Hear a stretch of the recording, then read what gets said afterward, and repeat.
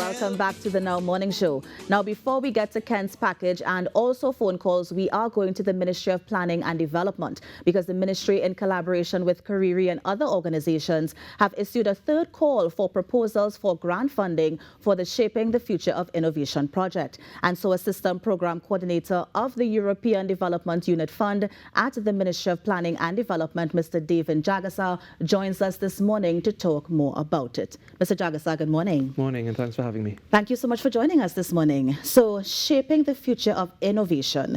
Tell us, first of all, the objectives of this project. So this program broadly came out of a lot of work we've been doing over the last decade at the ministry. We've been trying to promote developing innovation as a culture in our society. As we know, we have a lot of our students, our graduates coming out, and they're trying to get jobs from after they finish university. But what we want to do is to create a mindset where you can come out of university or you could come out of secondary school and you could create your own business. You could start your own enterprise.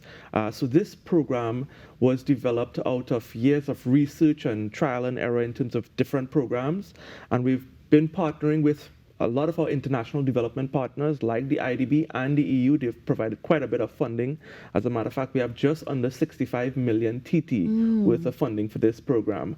And we've designed a program that sort of feeds out of what we've been saying in our national development strategy. As you know, we have the Vision 2030 National Development Strategy. It's well aligned to the SDGs, SDG 9 in particular, where we're promoting innovation. We're having 3 different components to this program where we're going to be funding some of our SMEs. We're also going to be creating those industry and academia linkages. And then we're going to try to create what we call an ecosystem where we have all the major players coming together. And that's what we're really trying to do. The main objective is to create that mindset where persons can create their own jobs, their own employment, rather than going out there and seeking jobs. Now, you mentioned it's those now coming out of school. So if you are already an SME, this is not for you. You want the school children who are coming out. No, it's actually for those who actually have their ideas and they're already on market. So we've done that in the past where you have ideas, but you haven't created a physical product. Right. So we have a program of support at Kariri where we could take you at different tiers. So if you are just coming up with this idea and you want to create a product, Kariri will take you to that space.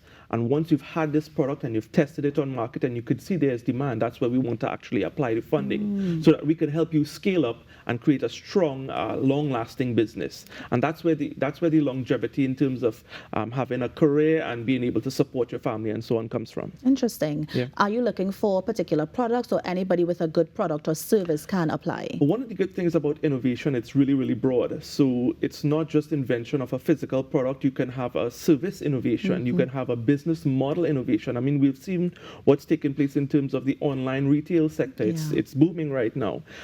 It started in the US and it's obviously filtering across the globe, and we're seeing it taking up a lot of speed here in Trinidad and Tobago. So innovation is broad, and it's really about doing things differently, but not just doing something differently, but it has to do so in a way that adds value, something that could be tangible and you could see the benefit coming out of it. Interesting. Yeah. And I'm hoping here that there's a way for this to particularly target small and medium enterprises. Yeah, so we've had, as you said, this is the third call. So we've had the first 2 calls and it was broad and open because we wanted to give a chance and opportunity to everybody. But we realized that the SME sector, it needs a little bit more hand-holding. So we're focusing this third call on the SME sector, as well as some inclusive businesses as well. So what we're going to do is a 2-stage evaluation process. So you apply, everything is fully online. We started off with a paper-based system in the first call, and we've innovated ourselves. Right? And it's a 2-stage evaluation process. We've tried to simplify it as much as possible. So you start off with basically a concept note. You tell us what your innovation is. You tell us how you brought it to market. You tell us how you feel that the market is ready for it and the demand is there for your product or service or whatever your innovation is. And then once you are successful at the first phase, then we expect you to do a full proposal where you have your budgets, your activities, all your cost items and so on, your timelines and that kind of thing. Nice. Proposals, they are now open until is your deadline date? So the close of this call, it started early in July, and this call is expected to end at the end of August. So you have quite a bit of time. We're doing the promotion now so that persons who have their innovations, you have quite a bit of time. You have well over a month to submit your application. Yeah. Give us some hints, Mr. Jagasa, in terms of how these proposals will be judged. Is there a certain criteria that people should abide by? Yeah, so definitely our criteria was based in terms of what we're looking for. What we're really looking for is innovation that, one, it can create jobs, it can generate some foreign exchange, you can have export potential. We want to be able to see businesses that can generate more revenue. If you generate more revenue, everything else will follow. You're going to create more jobs, you're going to expand, you're going to look to export up the islands and then globally. So our criteria was based on that. We also have some hard administrative criteria, but we've tried to simplify that process, and that's where the handholding comes in. So you must be a registered business. You must have brought this innovation to market and tested it, and you must demonstrate you're fully compliant with all our legislative requirements, our taxes, and so on. All your audits have to be in place. Yeah. You mentioned there's a bit of hand-holding as it relates to this project. Before they apply, should they be compliant with all those things, or are there going to be some hand-holding in terms of how they can get there as a business? So what we do is that we take applicants and those that we are realizing that they're not ready as yet to be fully enrolled in this program. We have a facility at Kariri. We have a number of facilities, as a matter of fact. They have a hatchery at Kariri. So they take businesses that are the early stage of startup. You're probably just registered, but you probably don't have all your audits in place, all your finances in place. You probably struggle to write a proposal. And it's not, the aim of this program is not to let those who have the best proposal, written proposal, win. We want to focus on the innovation itself and the market potential. So we have a suite of programs at Kariri that will help them to do so. One of the other programs that we have is the Idea Advisory Service.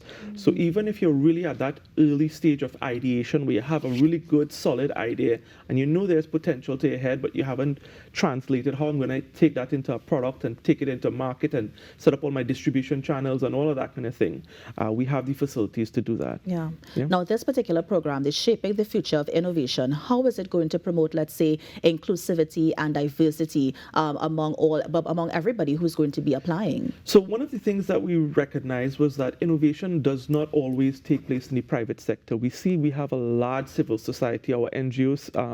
NGOs are pretty large in Trinidad and Tobago. There's an NGO for everything. Everybody has an interest, which is a really positive sign for any mature democratic society. So, and they provide a lot of good service as well. So we have this call 3 with a specific allotment for what we call inclusive businesses. These are the businesses that don't necessarily go after the profit margin per se, but the service is what we're focused on. And those inclusive businesses, they provide a really absolutely awesome service, I would say, to the people of Trinidad and Tobago. And they've had to be innovative to do so in terms of how they get their funding, how they attract workers, and so on. So if they have something that's new and innovative, we want to support them as well. Yeah. Can you share, because I know this is the third call, so you'd have had 2 others before. Can you share, for example, a success story of a project that has gone before? Right, so I'll share, let me share a few. So could you imagine taking all the plastic waste? I mean, we realize that we have a plastic waste problem in Trinidad and Tobago. If you do one beach cleanup with one of those civil society organizations, you'd see. I think there was one on this weekend. Yeah, so could you imagine this table, right? Making this table out of recycled plastic bottles.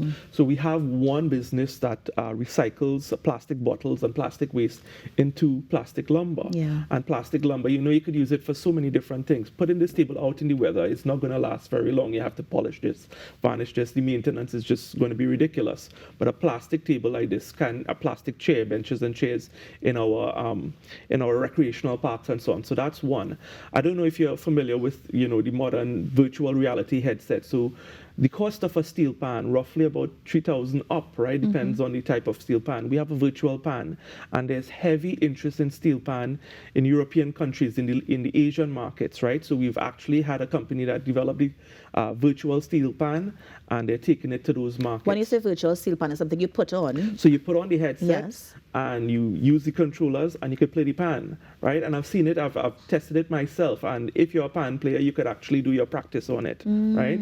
So maybe we'll have them come and do a demonstration next time. Well, we're about to declare World Steel Pan Day today, so listen, you need to have you back again. So let me know, and we will invite that awardee because they should be able to demonstrate the project. As a matter of fact, that's the next thing that we're going to do. So a lot of the awardees from the first call, they're making a lot of progress in terms of taking their products and innovations to market. And the next stage is to share that good work that we've been doing to demonstrate that the funding was put to good use, but not only that, but to demonstrate that innovation can take us as a country towards that elusive diversification that we've been talking about for quite some time. Because that was going to be my follow-up question. How is the Ministry of Planning, IDB, Kariri, and all the organizations going to ensure that the funding you're giving to these businesses, that they're actually using it to get that innovation off the ground? Yeah, so we've had quite a bit of experience in terms of monitoring projects and so on, and we're really looking for the impact. So we've moved away from just monitoring budgets. That has to be there, and it has to be in place for accountability and transparency. Yeah. But the focus is less on the physical activities and what the end result is, and that's what we're looking for. How many jobs have we created out of this program? Yeah. Did we generate any forex out of it? Is there a greater export potential for these products and services? And those are the things that we're really going to be measuring. Interesting. Yeah. Now, we only have a few seconds left, Mr. Jagasa, but quickly tell us how we can get more information and remind us as well of the deadline date for this project. So deadline date is end of August. So the end of the vacation, you better have your project proposals in. And Kariri has a dedicated space on their website for this program. So definitely visit the Kariri website. It's kariri.com. And you should have all the information there. One of the important things I do want to mention before we go is that we have quite a few workshops that are coming up. So if you are interested in this program, but you want to learn more, you want to ask some questions, you want to do the little back and forth just to make sure, one, the program is right for you and that you are right for the program. You're at a stage of readiness where you could bid and apply. We don't want to let people feel like they're wasting their time. Check out the Kariri website. Go and look at the dates and the schedules for those workshops and make the effort to attend. Nice. Mr. Jagasa, thank you so much for joining us this morning. All the best with the program in the future, and I look forward to having you on again so we can share some of those success stories. Yeah, and I'm going to bring some of the innovators next time. Yes. And that was Mr. David Jagasa. Of course, he is the Assistant Program Coordinator at the European Development Unit Fund at the Ministry of Planning and Development, just telling us about the Shaping the Future of Innovation. Proposals are open now. Remember to go to Kariri's website to get more information. You're on the Now Morning Show. We're going to take a break and be right back. But up next, we have Commonwealth Games or maybe your phone calls, so stay tuned.